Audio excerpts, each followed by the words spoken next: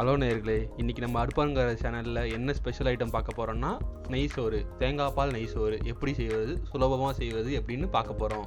இப்போது வாங்க நம்ம வீடியோக்குள்ளே போகலாம். இப்போது நாங்கள் எவ்வளோ செய்ய போகிறோன்னா ஒரு 6 பேர் தாராளமாக சாப்பிட்ற அளவுக்கு 1 கிலோ நெய் சோறு செய்ய போகிறோம்.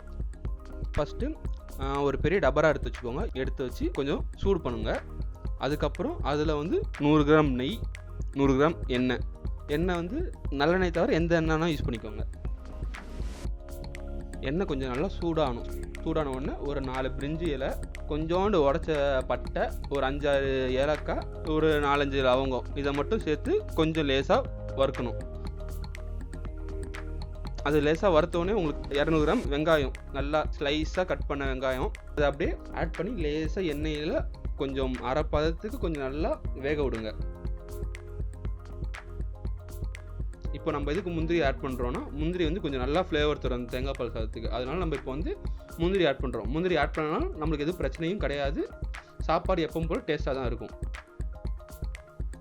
இப்போ ஒரு 3 ஸ்பூன் இஞ்சி பூண்டு பேஸ்ட் நீங்கள் கடையில் வாங்குறத விட ஃப்ரெஷ்ஷாக நீங்கள் வீட்டில் அரைச்சி போடுறது தான் நல்லா அரோமா தரும், நல்லா வாசனையாக இருக்கும். வீட்டில் அப்படியே எல்லாருக்கும் சுண்டி இழுக்கும். நீங்கள் அதனால் வீட்டில் அரைச்சி போடுங்க. அதுக்கப்புறம் இஞ்சி பூண்டு பேஸ்ட்டு சேர்த்துட்டு பிறகு கொஞ்சோண்டு நல்லா அந்த எண்ணெய், இந்த வெங்காயம் அதோட நல்லா மிக்ஸ் ஆகிற மாதிரி ஆனோன்னு உங்களுக்கு ஸ்மெல்லு வரும். அதுக்கப்புறம் கீராத ஒரு 6 பச்சை மிளகாய், அதுக்கப்புறம் கொஞ்சோண்டு 1 கை அளவு கொத்தமல்லி, 1 கை அளவு புதினா, இது சேர்த்து கொஞ்சம் நல்லா கிண்டி விடுங்க. இப்போது புதினா கொத்தமல்லியை போட்டு நல்லா வதக்கி விட்ட பிறகு இப்போ என்ன சேர்க்க போகிறோன்னா ஒரு 100 கிராம் தக்காளி கொஞ்சம் நல்லா ஸ்லைஸாக கட் பண்ணிடுனது. அது தக்காளி எதுக்கு ஆட் பண்ணுறோன்னா அந்த ஒரு ஃப்ளேவர், கொஞ்சம் ரிச் ஃப்ளேவர் தரும் சாப்பிட்றதுக்கு. ஸோ அதனால் நம்ம தக்காளியை சேர்க்குறோம். இப்போது தக்காளியெலாம் நல்லா வதக்கி விட்ட பிறகு அதுலேருந்து சாரெலாம் கொஞ்சம் வெளியே வந்துருக்கு. இப்போ நீங்கள் என்ன பண்ணுறீங்கன்னா தேவையான அளவு உப்பு அதை மட்டும் ஆட் பண்ணிக்கோங்க. இப்போ நம்ம ஒரு 3 டீஸ்பூன் தயிர் சேர்க்க போகிறோம். தயிர் சேர்த்துட்டு எண்ணெய் அது பிரிஞ்சு வரணும், அது வரைக்கும் லேசாக கிண்டி விடுங்க. இப்போது நம்மளுக்கு எண்ணெய் நல்லா பிரிஞ்சு வந்திருக்கு. இந்த ரெசிபிக்கு முக்கியமான விஷயத்தை இப்போ தான் நம்ம சேர்க்க போகிறோம். என்னென்னா 1 கப் தேங்காய் பால். அந்த தேங்காய் பால் ஊற்றிட பிறகு அதே கப்பில் ஒரு 2 கப் தண்ணி.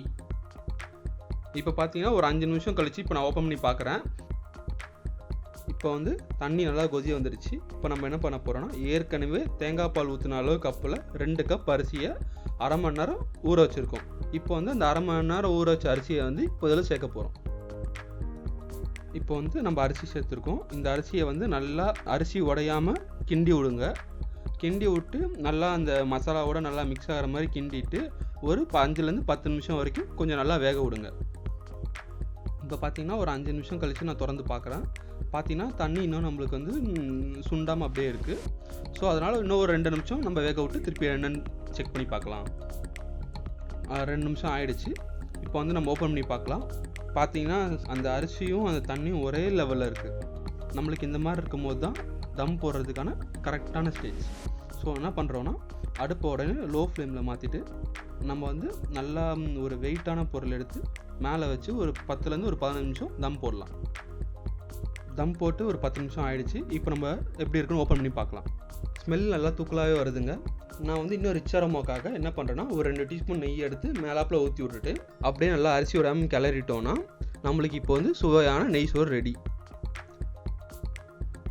மறக்காமல் இந்த டிஷ்ஷை நீங்கள் வீட்டில் ட்ரை பண்ணி பாருங்கள். ட்ரை பண்ணி பார்த்துட்டு உங்களுக்கு பிடிச்சிருந்துச்சுன்னா கமெண்ட் பண்ணுங்கள். இந்த வீடியோ பிடிச்சிருந்துச்சுன்னா லைக் பண்ணுங்கள், உங்கள் ஃப்ரெண்ட்ஸுக்கு ஷேர் பண்ணுங்கள். மறக்காமல் நம்ம சேனலை சப்ஸ்கிரைப் பண்ணுங்கள். இதே மாதிரி உங்களுக்கு வேறு ஏதாவது ரெசிபி ட்ரை பண்ணணும்னா நீங்கள் கீழே கமெண்ட் பண்ணுங்கள். நம்ம அதை நெக்ஸ்ட் வீடியோவில் நம்ம பார்க்கலாம்.